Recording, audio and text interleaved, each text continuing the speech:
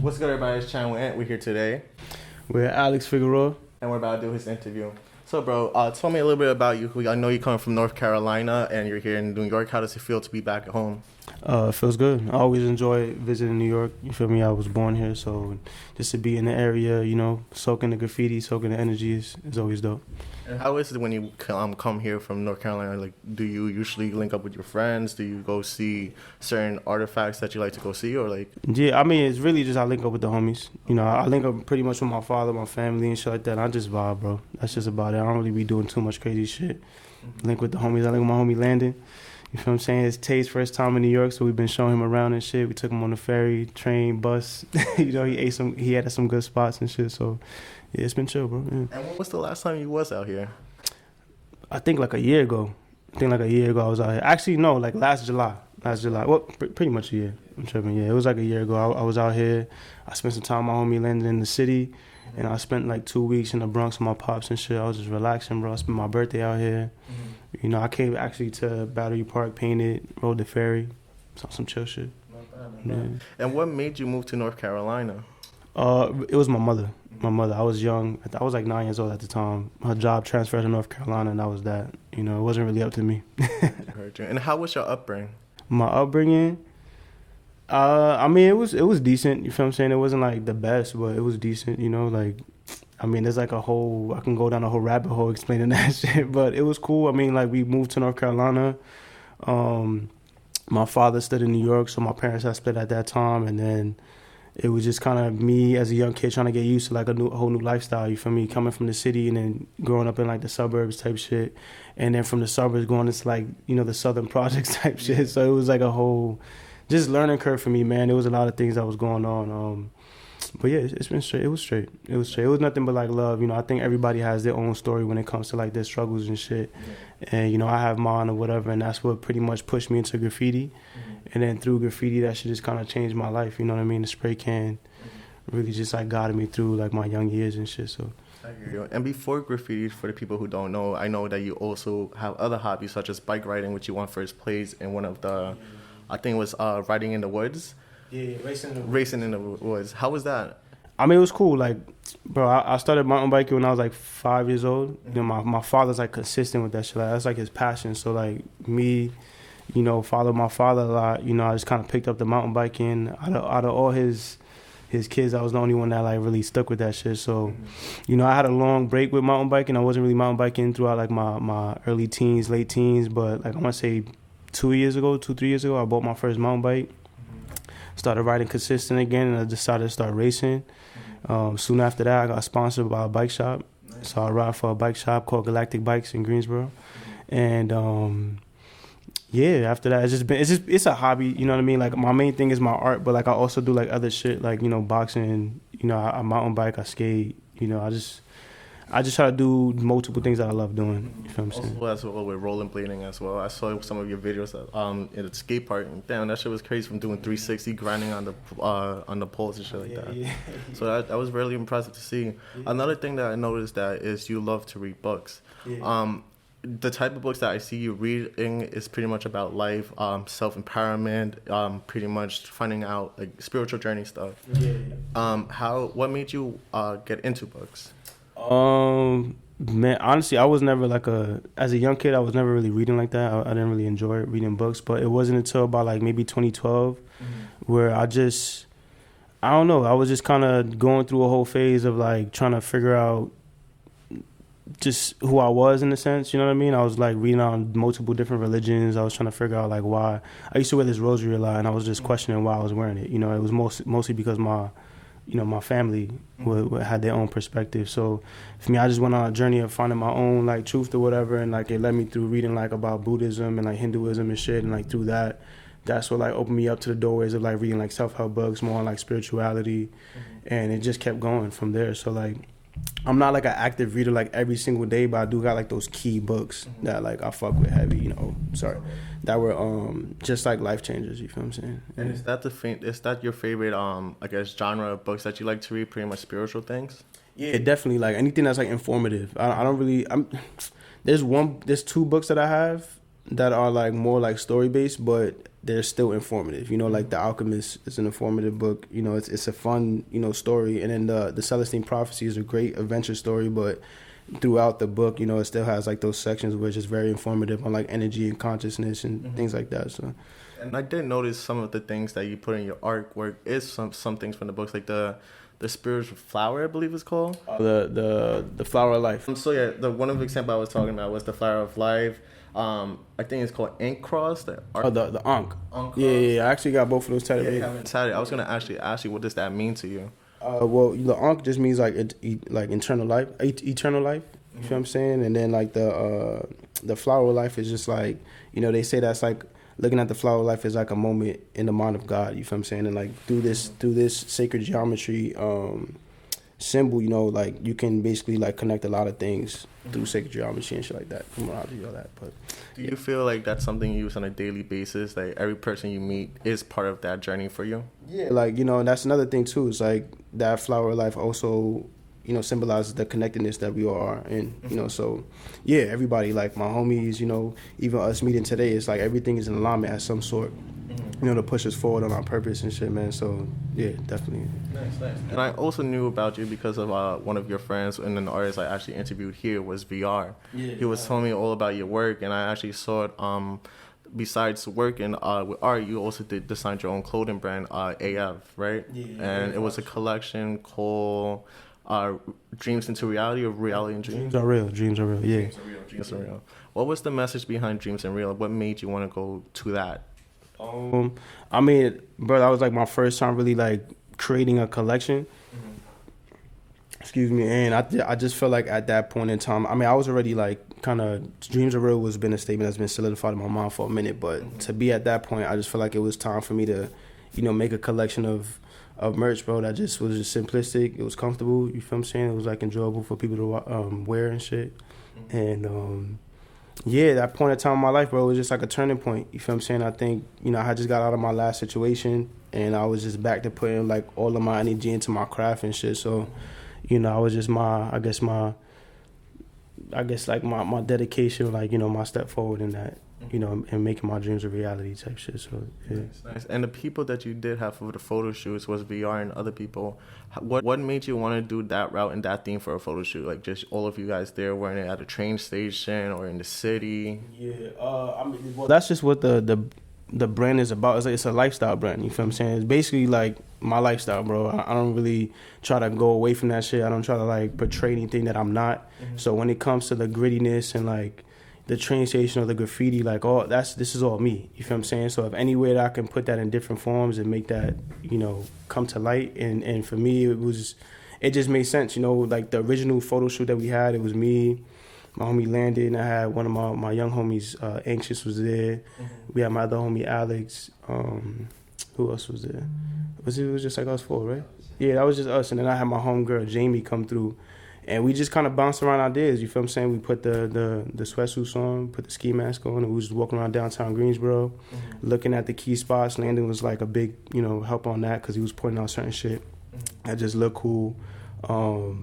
And then when we did the photo shoot with VR, Landon had actually put together a listening party for his last project that had dropped.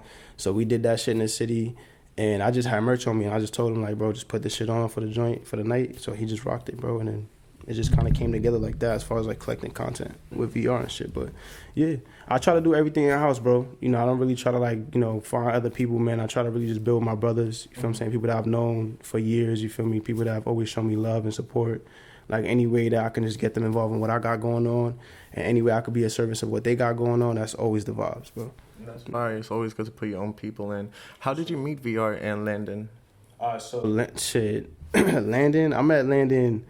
I knew of Landon, like, a long time ago. Like, we was young, like, doing graffiti, like, 13, 12, like, around that age. And then we actually didn't get close until we were both working at AC Moore, which is an arts and crafts store in Raleigh. And, yeah, we started working there, you feel what I'm saying? We knew each other, but I think it was one day he needed a ride home. And I think after that, bro, we just pretty much locked in. Yeah, we at that drive home, we was talking about some shit. And then we just locked in there. And then that's just been my bro ever since, man. We just got a tight bond. And then with VR, I met VR, man, I think 2015. through IG actually hit me up to do like some cover art or whatever. And that never happened, but we just developed a friendship, you feel what I'm saying? So we would like always call, FaceTime, you know, VR the type of dude to call you at any time or FaceTime you or some shit. So we just kind of developed a connection like that. And then I think the first time I came out here and see him in person and we really got the vibe was actually in Staten Island, and I think it was like 2018, I believe. Maybe 2017, 2018. Came out here. He took me to like some abandoned hospital shit. Y'all got it right? Yeah, the Seaview Hospital, I believe it's called. Yeah, we went there. We was just all day just exploring that bitch. It was kind of creepy though. That shit was that shit was creepy, but those are the vibes that I like, you know, just like run down, graffiti type of shit. So it was cool to just vibe out. I had my homie Jason there. He's also a photographer. Like, you know, we was just vibing and shit. But that was like years ago. But ever since then, man, like, you know, that's my brother too, man. We just been, you know, locking in. And for what I saw in different interviews that you did, you actually started doing graffiti in 2019, correct? Or correct me? No, I started doing graffiti when I was like 12, 13 years old, man. I don't even know what year that was. 2009, sorry, I said 19, right? It was definitely like definitely back then. My cousin had got me into graffiti. I mean, just to, you know, put some words on that. I was like 12, 13 when I had my first spray can in my hand. And my cousin came through one night. I was at my aunt's crib, and he was like, yo, I'm going to take y'all tagging. Because my cousin was like the first one that was out there like doing the shit. But I was young. I wasn't really paying attention. So when he told me he was going to do that, I was hyped. I would always get geeked up when my brother and my cousin was like, yeah, I can come outside with me or whatever. So I was hyped on it. And then we went outside. We tagged. Got back home, you feel me? At that point, I think my parents was there, some shit like that. But he ends up getting in trouble. I get in trouble because it was late, you feel me? He took me out late. But, you know, we always talk back on that moment because, you know, our family was tight at that moment because he had took me out. But little did they know, like, if he did not do that, I don't even know if I would have gotten to graffiti, you know what I'm saying? Like, he really opened the doors for me. So when I had left New York that summer or whatever, after I had a spray can in my hand, I went back home. I literally started doing my thing. I got all my friends to start tagging, and we had like a little group that we used to go out bombing and shit in North Carolina. So, and Landon was like a branch from that because me and him had a mutual friend called Frank. His name was Frankie. And yeah, man, Frankie was another one that used to rock and shit like that with me and shit. And he was close with Landon. So that's how they started like rocking off or whatever. But and I just noticed that around 2015 is when you started taking this serious. You posted a post saying that you were going to start posting weekly. And I think later on that week you were just posting back to back from making a mural of yourself with leaves, which is very impressive. What made you want to do that? Yo, that's crazy that you brought that shit up, man. I don't know, bro. At that time, man, like, I got sparked to paint again, man, because I had gone to some shit in Virginia, and me and my homegirl were driving to court. And we had a whole just back-to-back taking L's, bro. I'm talking about from traffic to getting stopped again. Like, it was just a drag-ass day. So we driving back, and the sunset was just mad beautiful. For some reason, I was like, you know what? Like, I'm about to paint clouds. Like, I just got inspired to paint clouds. So the next day, I bought some spray cans, did some random graph shit at my friend Frankie's shed in the back. But then my grandfather had bought me, like, a little art box. And that little art box, like, transformed a whole bunch of shit. So I started painting crazy. I had all these ideas. So when you're talking about the leaf joint, that was in the parking lot of my grandfather's, my grandparents' house, grandparents' apartment. And I used to live with them at that time. So I don't know, but I was just outside late night, man. And there was just hella fucking leaves. And I'm like, you know, I'm just going to do a big ass portrait and just leave that bitch there. And that's what I did. So it was, you know. And how were you able to, like when you get into work, like how did you know to start from your nose, your hair area, your face, and all that? Like, I mean, I just did like the normal shit that I would do. I just started with like my nose and the eyes, and I just went, you know, I just started doing it like that. You know, it wasn't like the best, but it was something. That's insane. And as you mentioned, you also posted the package that your grandfather gave you as well. I did. And later on, you started doing more of a canvas work, and it started little by little from abstract work. What made you want to start with that first before going to like more detail from like making flowers, putting hearts, words, and quotes into that? So abstract, yeah. So like my abstract didn't develop until like maybe just a couple months of me painting. Because when I first started off, like, you know, painting, graffiti in general was a way for me to just like relieve and like express myself, bro, like let out energy. So when I started painting, I was painting clouds and mountains and skies and all that shit because that was like a peaceful thing for me. So before I connected the dots with this being like my true form of expression, that's what I would paint, which was like positive shit. And then it wasn't until like I had a paint session with one of my good friend of mine. Her name is Nisty. She does my hair. We had a paint session, and like she kind of basically correlated the you know, what I do as far as painting and abstract work with my spirituality, how they connect with my purpose type shit. And just having that realization, man. And then there was one of my first pieces that unlocked that abstract doorway for me was called Expression. And I still have it, but it's a I think it's like 24 by like 48 piece. And at the bottom it says, "Do what the fuck you love." And I feel like that was like that one piece where I was like, fuck it. You know, I'm throwing paint at it. You feel what I'm saying? I'm bugging out, like no boundaries type shit. And yeah, I got like extreme love from that piece. And like me personally, it just shifted me in a different way. Like it just changed the whole way I think about, you know, painting, bro. Because I used to like draw and then paint. And this one was just like, just paint, you know what I mean? Get into it and see where it goes. But from there, it just developed, man. Like my style developed, my style evolved. You know, I think I've gained, you know, a better understanding on how to channel like what I'm trying to say through my abstract work. You feel what I'm saying? So yeah. And do you feel like you're able to self-express what's going on in your mind? Like, is that the way you could just throw art out there? Or? Yeah. I'm always building in the moment with my emotions, like anything, hey, bro. I wasn't painting, bro. I think the last piece I did was it's called Planted. I have recently just posted on my social media like a video of that shit. But before that, bro, I didn't paint for like a month or two. You feel what I'm saying? And that's what I started to understand. Like I can't just paint every single day. You know, I can if I really wanted to, but you know, for me to really like truly express those original pieces that actually say some shit, you gotta let life happen. You feel what I'm saying? So yeah, did that answer your question before I just started like talking? Also, in 2015, you did your first art show as well. You was accepted for that. How did that go? Oh yeah. Oh, that was dope. I mean, I was definitely in the wrong environment. Obviously, I'm in the South, and then like where the event was like held, it was more so for like the elderly people. So there's like jewelry and like little shit like that they will fucking buy. But I'm over here like with like mad pieces of art. But I mean, nonetheless, bro, like it got me excited. You feel what I'm saying? It built up that confidence in me to keep doing that shit. So, you know, I went there. I sold my first piece. It was an unfinished piece. I sold it for $25. It wasn't crazy, but you know, it was just that little bit. I didn't need much to for me to know that I'm on the right path. You feel what I'm saying? Like it just felt good doing that shit. And yeah, from there it was, you know, figuring it out, bro. Like everything's been trial and error, bro. Like you see things on social media and shit like that, and like it's cool because I post like final product or like shit that we're doing and it's dope. But there's a lot of shit that goes on behind the scenes. I know that you know that, but you know, I'm just saying for the viewers that there's a lot of shit that goes on, bro. Me and my team, we do a lot of shit. You feel what I'm saying? There's a lot of figuring it out in the moment. You know, like some of the stuff that we do aren't planned. You know, like we gotta adjust in the moment and move correctly. So, you know, it's been a dope journey, bro. It's been a dope journey. Sorry. What's the interaction when someone did come to your table and was like, I actually want to buy this piece? Like, how did you feel inside? I felt good, bro. I felt good because, you know, before I was making art and selling my art, I was hustling. I was selling bud and shit, and that was cool, whatever, but that just wasn't like the long term. Like there's no longevity in that. You feel what I'm saying? So for me to create something out of my mind and for somebody to be interested to spend money on that shit changed the whole game. Because now it's like, you know, when you growing up in certain areas, you think you got like you limited on your lanes of moving forward in life. You feel what I'm saying? So once you do something that's from your mind to thought, and you're able to make money or just do anything for that, you know, even just travel with this right here, like it just opens up infinite possibilities, bro. You feel what I'm saying? So that's what that did for sure.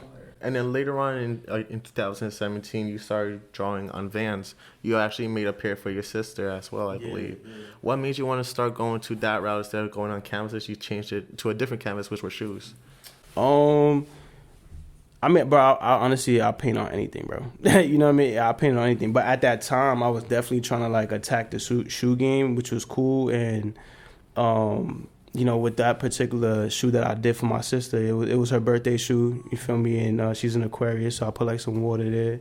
I always tell her that she's connected to the pyramids, so I put the pyramids in the back and shit. And her favorite song is Tupac. I think it's called Changes or whatever. I believe so. I'm not sure. I might be wrong. But, yeah. No, it's Keep Your Head Up. Keep Your Head Up. That's her favorite song. So I put the lyrics on there. And yeah, she was geeked off that shit, man. Like, and that's what I love doing, bro. I love bringing a smile, putting a smile on my family's face, bro. I'm always joking. You ask my homies, I'm like a big ass clown, bro. Like, people probably think I'm serious, but I'm not. Like, if you really watch my vlogs and shit, I'm definitely just like a chill dude. I like laughing, chilling, and enjoying myself. But as far as the shoes, man, I don't really enjoy them shits no more. I got no patience for that shit. Like, I'd rather just do what I love doing. But it's it's dope nonetheless. Yeah. And then I saw you started later on working with schools and as well as small businesses doing the murals on their walls. Yeah. And it was really impressive that you were doing it for even middle schoolers and you were able to collab with them to make the vision. And as you know, graffiti is usually taken as something that's bad and, destroying property and everything. How was that making that into a positive way to, give it to the youth to show like, this is something you could actually do? Yeah. Shit, man. I mean, that's pretty much really why we doing what we do. You feel what I'm saying? Like, yeah, we doing what we do to influence people our age and all ages, but for sure it's the youth because that's the next generation. And being able to just be, with an opportunity to do, to work with the kids, that shit was a blessing, bro. You feel what I'm saying? Like, I really got them I took them through the whole process of like bringing their idea to paper, and then from paper to final design, and then from design to actually on the wall. And like I just said, bro, what I just said earlier about, when you asked me how did it feel just selling the piece, that's the same energy that I'm giving the kids, is like giving them an extra avenue. Like, you don't have to be a lawyer or a cop or like the regular society shit. Like, you can possibly be a fucking artist. You feel what I'm saying? And that's just what it is, bro. It's about breaking that barrier and letting them know that like, there's infinite possibilities of what you want to do with your life type shit. You feel me? So, but yeah, man, just working with that has been crazy, man. Like, I look forward to doing that more. I'm about to be collabing with like 2 churches, with the, doing something with the youth or whatever. So my organization is going to be collabing with them. But I want to say one of my best experiences I've had doing that with the schools, there is a school called Doris Henderson High School. And basically, it's a newcomer school. So basically, kids that come from out of the country, they spend their first year there. So, like, I was building with kids that never touched the paintbrush, that never got to draw or any of that shit because the countries that they come from don't allow that shit. Or they, you know what I mean? Or they just don't have it, you feel what I'm saying? So that was a big, eye-opener for me, because I'm giving them a crazy new experience, you know what I mean? Like, it's different from with, like, kids from here, in the city. It's like they kind of have it there. So you kind of, like, trying to re-explain it in their mind, like, hey, you can do this too. But when you're coming from out the country and then, like, experience something for the first time, it's like a whole new, like, ball game for them. So, yeah, that shit was dope, man. Yeah. I hearing that. And then you started working with small businesses, as I mentioned, from like nail tags, shoe stores and stuff like that. What was one of your favorite murals that you did or collabed with? My favorite murals, man. Damn, there's a lot of good ones, man. I'm not even gonna lie to go. I'm gonna mention the first one because she's been like a long, supporter of mine. Her name is Kiki. She got Creations by Kiki as a business. I've done every shop she has opened since she left the crib. So I'm her like artist. So as she grows, I grow type shit. She's been a consistent supporter. Like I think I have pictures of every suite I've did of hers, but you can see the evolution of my art. You feel what I'm saying? Like my graffiti art from like 2015, 2016 to now is like way different. Man, I did Trap Beauty Bar in Charlotte, North Carolina. Like, that was probably one of my biggest freestyle projects, and I bodied that shit. That shit was fire. So, yeah, that's one of my favorite ones. I got a lot of favorite ones, man, but it's really like my freestyle work that I love the most. I do a lot of signage and logo stuff, like, very like clean cut designs, and that's cool too. But any chance I get to just like do my thing, that shit right there. So. One of my favorite work that you did was actually the furniture one. That was the couch and I believe the foot ottoman, like yeah. That was valid. That was even a random thing, and that's what a good friend of mine. Her name is Beth. She's a supporter of mine. I think she's like a librarian, and she does a lot of things in the community and stuff like that. And she's also an artist as well. So she's been very supportive of me, man. Like very genuine, and she just wants to see me thrive and shit. So she gave me an opportunity to paint the space above her garage, and so I did that one time. And then when I came back, we did the furniture piece, and like that shit went stupid. Like once I did that, like it was crazy. Yeah. And how was like planning that furniture? Because I feel like that was a new task that you were taking on. Yeah. Was that like a little bit complicated to do, or? It was complicated as far as like getting into like the edges and shit, like the little creases or whatever. But other than that, I was just thinking about, I'm just tagging this shit. It wasn't even nothing like too complicated, you know, for me to overthink. It was just more so just do my thing and, you know, just express it. Yeah. And as you mentioned, you're non-for-profit. Can you tell me a little bit about it? What's the name? What's the mission for that? Yeah. So my nonprofit is called BTM, which stands for Bend the Mind Metamorphic Academies. And yeah, we just all about growth, man, and transformation. We about like breaking barriers and like teaching new ways, new holistic ways in the community on how to like deal with your mental health and your trauma, and really give you a open space of, you know, find your passion. You feel what I'm saying? Like we do a lot of things. We do things monthly for the community. Me particularly, I do every third Friday. I do a community paint session. Mm-hmm. So with that, you know, we just basically have a paint session. I get a big canvas, invite people into the space. Mm-hmm. They get to just kind of express themselves using words, color, imagery, whatever they want to paint, and just leave it on the canvas. You feel what I'm saying? There's also another time to just like network. You feel me? Meet new people, have conversation. You know, one of our last sessions, we had the community paint session. We didn't get done till like 1:30 in the morning, and that was because we still had some people, you know what I mean, still painting and working. But once we were done, it was so dope because we really got to sit down and like, I was going through shit at the time, but I didn't realize that everybody in the room was going through some shit. So like I started opening up about where I was, and like it just was a chain reaction. This dude starts talking, she starts talking, and then like we all had that kind of like heart to heart moment with each other. Like we barely all know each other. So I'm saying that to say is like that's what the space is for. You feel what I'm saying? The nonprofit is basically a space for us to grow together. You feel me? And heal. Do you feel like it's a therapeutic thing for you with art? Like for sure. Okay, nice. Yeah, for sure. It's definitely a therapeutic thing, bro. Like I said this in my art panel. It was like through self-expression that came out my own healing. You feel what I'm saying? Like, you know, just me expressing myself on canvas, man, like is let me I process things a little differently. You feel what I'm saying? Like I'm able to process like some of my traumas, my emotions, like, you know, it's just like it's a healthy outlet, bro. It's a healthy outlet, you know, like, and that's why the community paint sessions are important, because you always get those certain people that be on the canvas for mad long. You feel what I'm saying? That's how you know they needed that shit. Because a lot of us, bro, we walking around through life, bro, we just holding in energy, bro.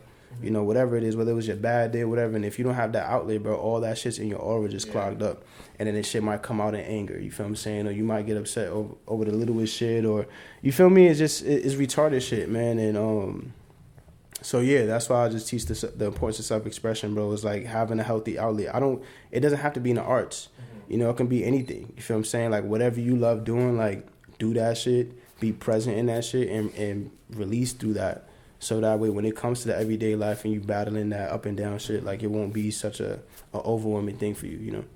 Mm-hmm. Yeah. And when you look back from where you were from the beginning to now, and as you mentioned, you were going through a lot, and now you're able to be the person, the outlet to actually help people figure out what's going on and like self-express of it. Right. How does it feel like when you see someone who's like, wow, thanks, Alex, I really needed this? Like, do you feel like this was the right thing in your cards that you had to do? Yeah, I mean, I've always, and I said this, I even said it in like one of my previous interviews, it's just like I knew from a young age that I was going to do something to positively affect the community. Mm-hmm. Like not some like crazy shit, but, you know, I just knew that I was going to be doing something of service, you know? So like the fact that everything kind of aligned with my art and then the nonprofit and just kind of like teaching people the importance of self-expression, it's definitely a full circle moment, you know? It feels good when people tell me like, oh, I needed this, like thank you for this, and they give me thanks and shit. Mm-hmm. And it's just confirmation that I'm doing the right thing, you feel what I'm saying? I don't really let that shit get in my head or anything like that. It's not for me, you feel what I'm saying? It's for the person. And for that person, they're supposed to inspire the next person. So it's just about, you know, putting that positive energy out, bro. It's simple as that. It's not even nothing complicated. We don't got to get too deep with it. It's just more so inspiring the next person to inspire the next person. You feel me? Because I'm not going to do this shit dolo. You feel me? I obviously need a team. You need a team. You feel what I'm saying? So with that being said, like, we need to collectively work together to make any type of change. So, yeah. And if you don't mind me asking, who is part of the team from your not-for-profit? Oh, for the team on my nonprofit is me. I'm the executive director. My business partner, Adrienne Horton, she is like the CEO. of the whole joint. We got Tay, the shooter, and yeah, he's the cameraman. You feel me? He vlogs everything. He does what he gotta do on the media content shit. And then we have Stephon James. He's another artist. He's a facilitator. Like, he does his own programming. We got Brian. He does IT, boxing, gaming. We got Felipe. He's another therapist. He has a podcast. And that's about it right now. We had somebody else named Deron, my homie Deron, but you know, I don't know where he at right now. So hopefully he good right now. And how did this all, like, what made you want to choose these people to be part of this goal of yours? I mean, I'm gonna be honest. We started with a whole different crew. Like, it was me, my business partner. We had like 2 other people besides Brian and Felipe. They've been on since the beginning, but we had 2 other people, and we just dropped them because, you know, things was just wasn't in alignment. You feel me? I think it takes time to build up a good team. You feel me? When we first started the nonprofit, I didn't even know Tay. You know what I mean? So it was like that whole process had to happen for him to, like, you know, for that piece to come together to the puzzle. And yeah, it just takes time, man. When it comes to like building a team, you gotta be open to networking with people. You gotta be open to trusting people and seeing where it goes, and then learning how to like cut, you know, weed the fake from the real and figure that shit out. Yeah. That's fire. And I noticed that you mentioned your blogs that you do on YouTube and everything, and it does show the journey and everything you've been doing. Yeah. How is it to look back and sit down and be like, wow, I really did that? Like, as far as like the stuff that I've done, oh yeah. Tay always plays the vlogs. Like, every time we chilling and we smoking or whatever, he'll play the vlogs and shit. And we watch it, and it's good because I feel like I need that. You know what I mean? Because I be doing so much in the moment. I don't really be looking at the shit that I've done. Like, I'll do something great that day, we celebrate, and the next day is back to work. So like the times where I am chilling and he would throw that on, or we just randomly watching the vlogs, it makes me reflect in a positive way. Like, damn, bro, we really came far. You feel me? So, you know, I thank him a lot because before he came along, I wasn't doing no vlogs. I was just taking pictures on my phone, and you know, I focused on doing the actual work rather than getting the content. You feel what I'm saying? I was trying my best with when I was dolo, but like him coming into my life was a blessing. And he's just been able to capture shit, you know, behind the scenes in the process that nobody's ever got to see before. So the fact that we got that there is like, it's fire to me, you know, like I'm extremely grateful for that shit. And it was crazy because before I even met him, one of my pieces I got accepted to the Greensboro History Museum. And like that was a big stamp for me, you feel what I'm saying? Like, as an artist, I got one of my pieces. It's still there, you know. Next year it will be the end of the exhibit, but that happened, and I was with my sister, and she like got the phone. I'm like, man, I'm tight right now that I only got my phone to document this whole shit, because it was a beautiful reception that they had. They had food. I met like, you know, the investors and all that. You know, we talked and we had a good conversation. But after that moment, I was like, nah. Like, I started just calling out to the universe, like, man, something need to, like, this shit needs to get documented, bro. Like, I've done did mad dope shit, but like, there's nothing to really like show for that. And I took my chance with, like, you know, hiring a photographer. That didn't go well as planned, you feel me? And then, like, soon after that, I locked in with Tay, and it was on some random shit. You know, we was just, like, chilling at one of the events, you feel me? And then, yeah, we just linked, our vibes connected, and that was it. We've just been locked in ever since, man. We did so much, like, we just made a year of knowing each other. And we done did, like, 12 vlogs. We done did mad content. Like, that's my bro, man. That's my bro. Word.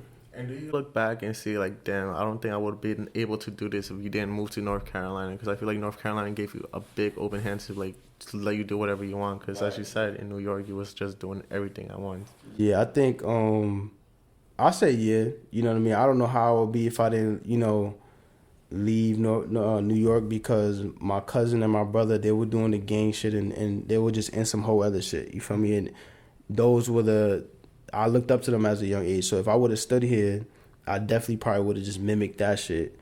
But the fact that I moved, I was able to at least deal with, like, this energy that I had as a young kid, like the anger and shit, in other ways, but like in a different environment. So I was reckless as a kid, but I wasn't too reckless, because if I was reckless over here, that would have been a whole nother situation. But yeah, so North Carolina definitely was.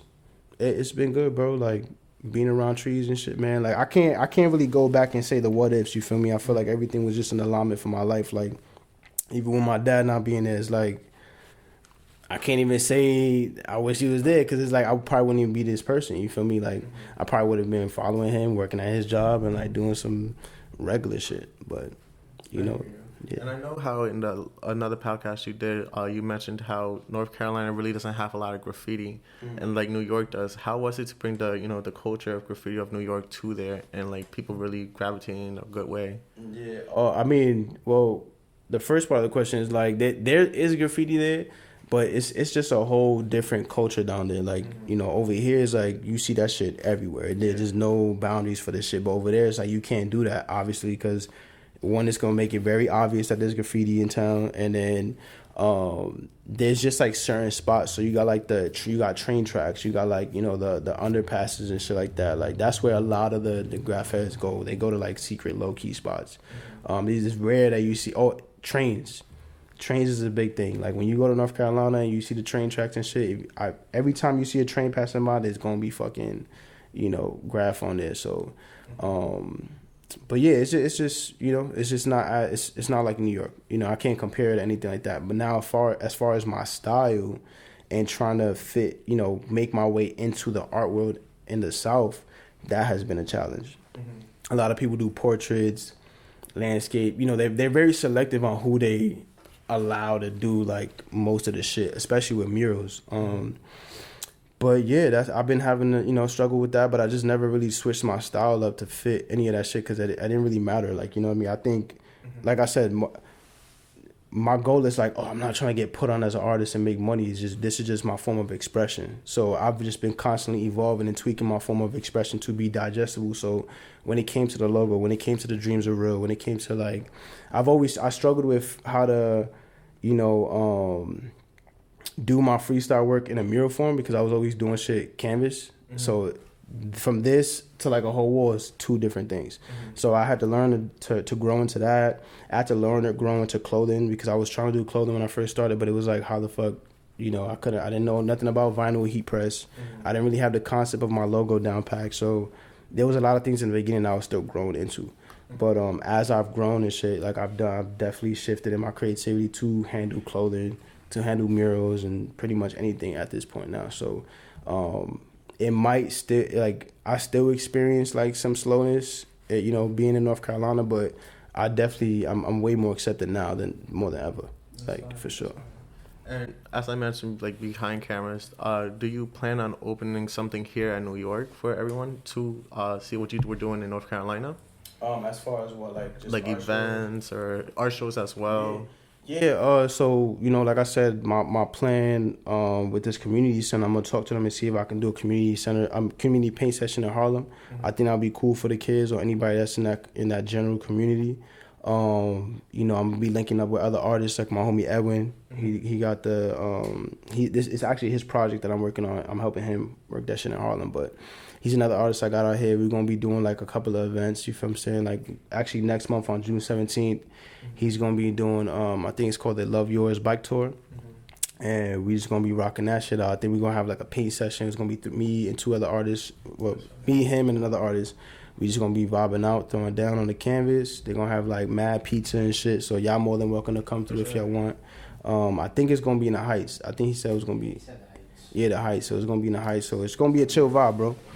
Yeah, near the water and shit, bro. It's definitely gonna be a chill vibe, but it's right, and pizza. I need that, but it's gonna be vibes, bro. And it's just that, bro. It's me coming out here more, working with people that I know and just like trying to make a stamp out here. I think this is my first, effort as to like making a stamp out here in New York because I come out here a lot. You feel me? Not a lot, but I come out here often, every year. But I never really done like work here, so this is my first time really doing a mural here.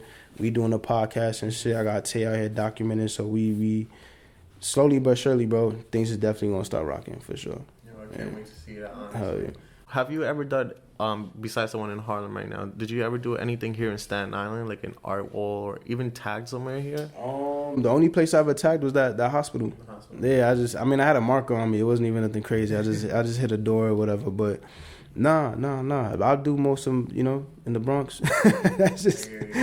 That's where I'm rocking. You know what I mean? A little tag and shit. And how did your signature come into play? Because I know AF stands for your first and last name, first letter of it. What made you want to do just like that?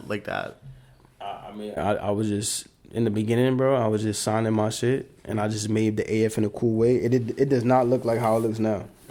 In the beginning, it was looking way crazy. It was looking like a 2-year-old did that shit. But like I said, everything developed, and it just came to be a symbol, bro. It turned into a symbol, and that symbol just represents a lifestyle. You know, like it started with, it stands for Alexis Figueroa, but it stands for like always focused. You know, it stands for always and forever. So like always and forever being passionate about things you love, like always and forever doing whatever. You feel what I'm saying? Like, however that connects with you, that's what that stands for.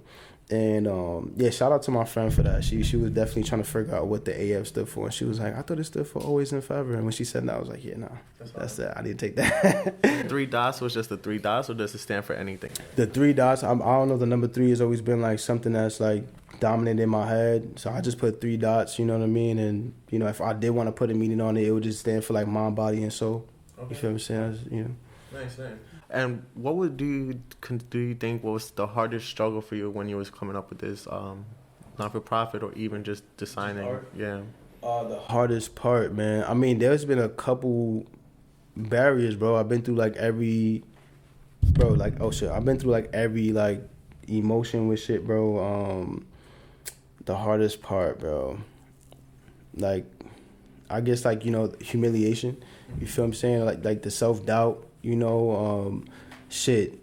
It's the mentality, bro. Not having money in your pocket. You feel what I'm saying? Using your last 20 to like get this vision out your head, or like, you know, just doing whatever you got to do to see your vision through, bro. That shit is not easy, man. So I think the hardest thing was just kind of keeping a high mindset when it came to just kind of like moving forward. You feel me? Like my homie Landon Tay too, but Landon knows for sure because he's known me since before I started full time. So he knows like when I'm fucking broke, you feel what I'm saying? Where like niggas is struggling and like still trying to make shit happen. So he could tell you that this shit's like this. You feel me? But that's really the hardest thing, man. If I had to tell anybody anything, it was to be like to make sure your mind and your mental stay like clear and focused on this shit, because it's gonna get bumpy. You feel me? Like it's gonna get real bumpy, especially on those slow seasons. It's crazy. And what was one goal that you were able to accomplish throughout your journey? One goal? Man, there's a couple. The first goal I ever had was to pay rent off my art, and I was able to do that. So I did that shit 2017. I paid my mom's rent, and that was another thing that pushed me forward. But you know, me and my homies talk about this shit all the time. Like we've had conversations like years ago, and that same conversation we actually live in this shit today. So that shit's constantly happening, bro. Like all the things that I speak out to existence, bro, like anything that you speak out, bro, that shit's gonna happen if you continuously push forward to that shit. So everything I've literally, I mean, there's certain things that still haven't manifested, but everything I've said I wanted to do has happened. Like even with the nonprofit, you know, like that was my, you know, I had the BTM collective, and it was cool, but it died out in a sense because I didn't know how to go about doing that, because I did want it to be community based, you know, but I didn't know nothing about nonprofits or any of that, you know. So I had made a group chat on IG, and you know it was dead. Shit was not working out. And I had met my business partner Adrian, and you know, just to cut a long story short, you know what I mean, she was just on the same type of time as far as mindset and what she wanted to do in the community with mental health and arts. She's also an art therapist. Oh, I didn't even get to say that earlier, but Adrian Horton, she's a mental health, addiction, and art therapist. And she got her own clothing brand, and she do like, she makes mugs and all that other shit. So she's like a cool creative. But yeah, I met her, and at that time I was thinking like, how are we really gonna like, you know, maximize this BTM shit, because the whole goal was to make something that would be self-sustainable on its own. And you know what, and it was as simple as like, if the homie need camera equipment, if the homie needs studio time, if I need canvas or whatever, we got money in the pot to support that. Like nobody should be struggling when it comes to our creativity. Like that shit should always be there. So that was my initial like thought process. Let that shit go.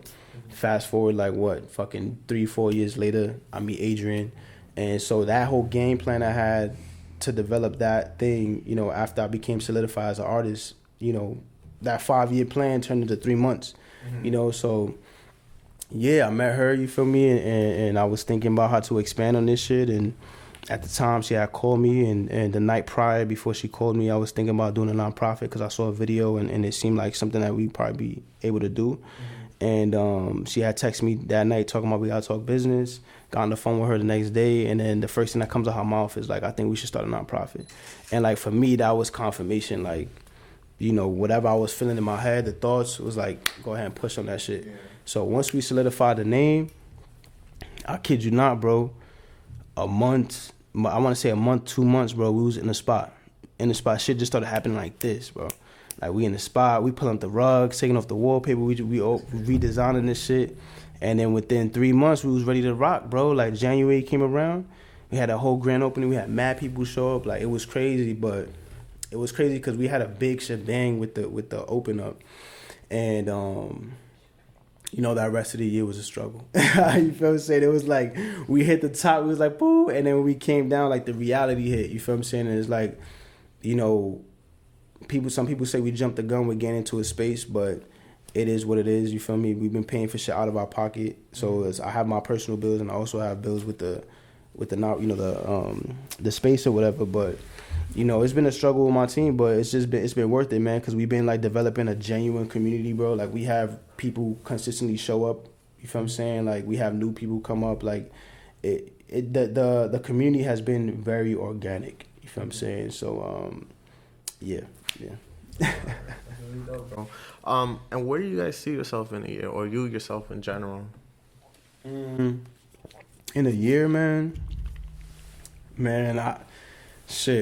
traveling, you feel what I'm saying? In a year, bro, just traveling, you know, being more like, just more put on as an artist, bro. You feel what I'm saying? Like, I've been pretty much doing everything I'm doing now, but like, you know, 10 times, bro. Mm-hmm. Like, I want to travel, I want to do more murals, you feel me? I want to be more involved with the community. I just want to visit the West Coast, bro, travel out the country, bro, like, really be on some, like, worldwide shit, you know? I mean, it can happen that fast, right? But I would say, like, in a year, just to be hitting different states, man, it's definitely the West Coast, you feel what I'm saying? And just mix up with different people, man, like, yeah. Next thing is, how does your one-on-one pieces come into play for customers?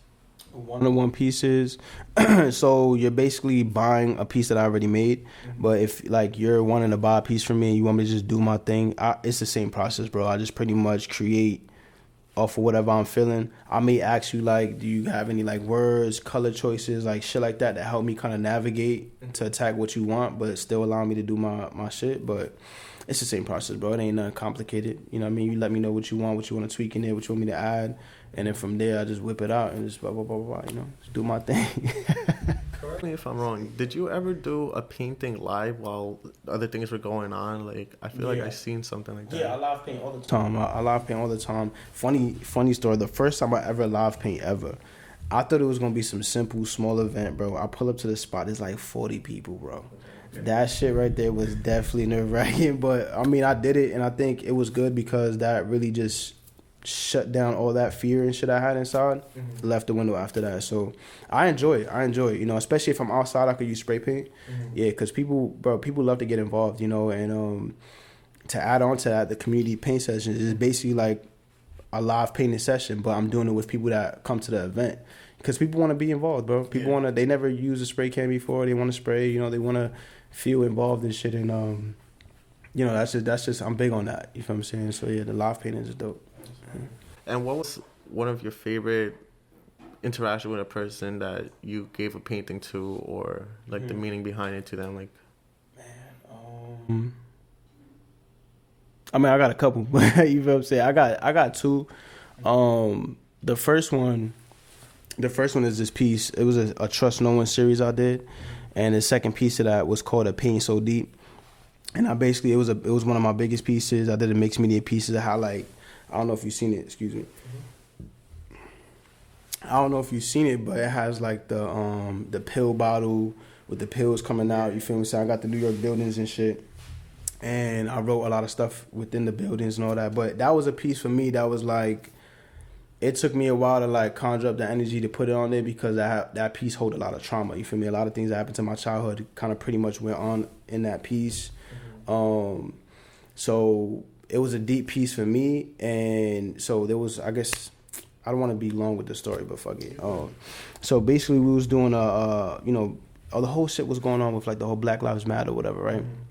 I'm painting one of the letters, downtown Greensboro, and as I'm painting, I have my pieces displayed on the side of the street and shit. And basically, this dude comes up, you feel what I'm saying? And basically, he's my brother now, but he came up at the time and he was just saying like, who did this piece? I'm chopping it up for him. I told him the price, which is $1,300, and he was like, bro, I'll pay $1,000 right now. And you know, people be talking and shit, so I was just like, alright, I just ignored that shit. So I kept painting, and then my ex at the time, she called me back. She's like, yeah, he came back with the money. So when I go back there, like, he comes back, he got a whole wad of cash right here. He's just like, yo, bro, this $1,000 is yours. He threw that shit on the floor. He was like, we got a deal or what? And you know, it's not about the bread, but I just knew that in that moment, it was time for me to let that piece go. Because like I said, the pieces, you know, my artwork is very spiritual for me. So like when I put energy like that on the canvas, like I did it to deliver myself, you know, to a certain extent. And I just knew that even though it wasn't my accent price, like I just knew it was time for me to let that shit go. So I shook hands with him and I just let it go, you know what I mean? But fast forward to now, like that's just somebody that I call like my older brother. Like me and him are like this. And yeah, he's just been a big blessing in my life, man. From being the first client to pay $1,000 for a piece to being somebody that I call the older brothers is insane. But and that's just love. But the second story I have is, and this happens a lot, you know what I mean? But there was this, I was at this event called Oktoberfest, and this old guy had came through, and it was an unfinished piece, man. I remember I was painting this shit because I was dealing with a lot of anxiety, bro. A whole bunch of weird energy was going on, you know. I was in a toxic situation. But so I created that piece at night, man, because I just needed to get something on my head, and I called it The Mind of an Anxious Man. And I had it wrapped up in plastic. I just had it on the table, whatever. And this old guy, bro, he like 50 years old, but he came up like twice because he kept coming to that piece, like, you know, something about it. And he ends up just talking to me about his life, man, shit that he went through. And he just started talking about his anxiety. I didn't tell him that that's what the piece was called or anything, you know. So I just love shit like that, man, because I really learn more about my pieces and more about myself when people are vulnerable enough to talk about the shit that they went through, because I'm not thinking about that. I'm not thinking, oh, I'm going to make this piece so that people can understand. You know what I mean? Like, I'm not doing that deep shit. I'm just kind of letting this shit out, whatever I feel, and then letting it rock after that. So the fact that he was able to do that, and then, you know, he didn't have the money to buy the piece because I had it for like $250 at the time. Like, but I paid more attention to energy than money. So when that whole situation happened, I let it go for whatever he had in his pocket, just because I knew that I feel like he needed that piece. You feel what I'm saying? Like, I don't need that shit. I done already let my energy out. So it's like people need certain artwork to just be that mirror for them. You feel what I'm saying? They need that reflection, that reminder, you know, like. So yeah, it's just a beautiful thing, bro, when my clients really appreciate the art that's on there. And the way you make the names for your painting, is it because of what's going through during the time in your life? Really, I don't even know the name until after, bro. Sometimes I'll make a piece and I still don't got a name for that shit. But I like I said, my art is a whole processing thing. So like whatever I did on the piece helps me process what I was feeling, and then through that I can kind of make my own meaning of what the piece was. You know, so like my last piece that I did, you know, I called it Planted. You know what I mean? I just kind of started doing flowers and shit. And, like, recently I have been doing a lot of yard work. You feel me? I've been grounding myself more. Like, there's been a lot of chaos and shit like that going on these past 2 months. But I put it on that piece and it made sense for me. And through all that chaos, I called it Planted because it's about being planted in who you are as the world keeps shifting around you and shit. So a lot of the names and the definitions of my stuff come about after I process what I've been through, and then just kind of make sense of it all, you know what I mean? And then, you know, I try to put it in a way where it's just digestible for the viewer type shit. Yeah. Very impressive, because what does mental health, like, for you, mean for you? Because for me, honestly, like, mental health is a lot for me, because as you mentioned, anxiety, depression, it all plays and all that, and sometimes I go through that and it's normal human shit. Right. But for you to change it into a positive way, like, how does that influence you in just you yourself? Like I said, it just turns into some healing shit, bro. Cause, bro, I'm not trying to be stuck in my old ways, old patterns, bro. Doing all this toxic shit, bro. Like, I've been on both sides of the coin where, like, things are straight, or I'm being in a toxic situation, or I'm the one being toxic. You feel what I'm saying? So, like, I just try to transmute that shit to something positive, bro. Like, we're all meant, to grow. You feel what I'm saying? We all meant to evolve and shit. So mental health has been a important thing for me, man, because I've struggled with that for a long time. You know, depression, you know, anxiety. And I just learned now that, you know, like redefining what depression means in your mind. And right now, for me, like depression is not a negative thing. Like depression is positive, because the dude was explaining it like depression is just you grieving something you haven't grieved. And when I thought about it, like when I do feel depressed, I'm playing back stuff in my mind. Like we all see it in our head, bro. But when people say that, oh, I don't know what I'm thinking, or they don't know, they do know. They just don't know how to vocalize and communicate that. And that's why self-expression is important, because you have to get to the point where you can communicate these things. Because if you don't know how to communicate your emotions, bro, like that leaves you, you know, like with the short end of the stick, bro, because you're not really getting that off, man. Like, so, yeah, I forgot where I was going with it. But yeah, mental health is definitely What's the message that you would give someone who is struggling with mental health? Man, focus on grounding yourself. Like whatever you need to do to create peace of mind in your head, like it's not easy. You know, I try to bring the, you know, like the scenario of like, but when you go to the gym, you're not gonna get your abs tomorrow. You feel what I'm saying? Whatever it is, like you gotta consistently keep working at that shit. So when it comes to like handling your anxiety and depression, like every time it visits you, that's when you work. You feel what I'm saying? And then also doing positive things outside of that. You know, that's why I do skate. That's why I do ride my bike. That's why I do like other things rather than just paint all day long, because I'm putting my eggs all in one basket at that point. You feel me? And yeah, so just whatever you feel like you need to do, you know what I mean? Do that for yourself. You know, ground yourself. Be around positive people. Be around people that just want to see you grow, that love you genuinely. You feel what I'm saying? And just take accountability. You feel what I'm saying? A lot of people like stay in their own shit because they don't want to take accountability of what they played their part in. You feel what I'm saying? Like it takes two to tango when it comes to a certain situation. So take accountability and just be real with yourself. Like don't be afraid of like.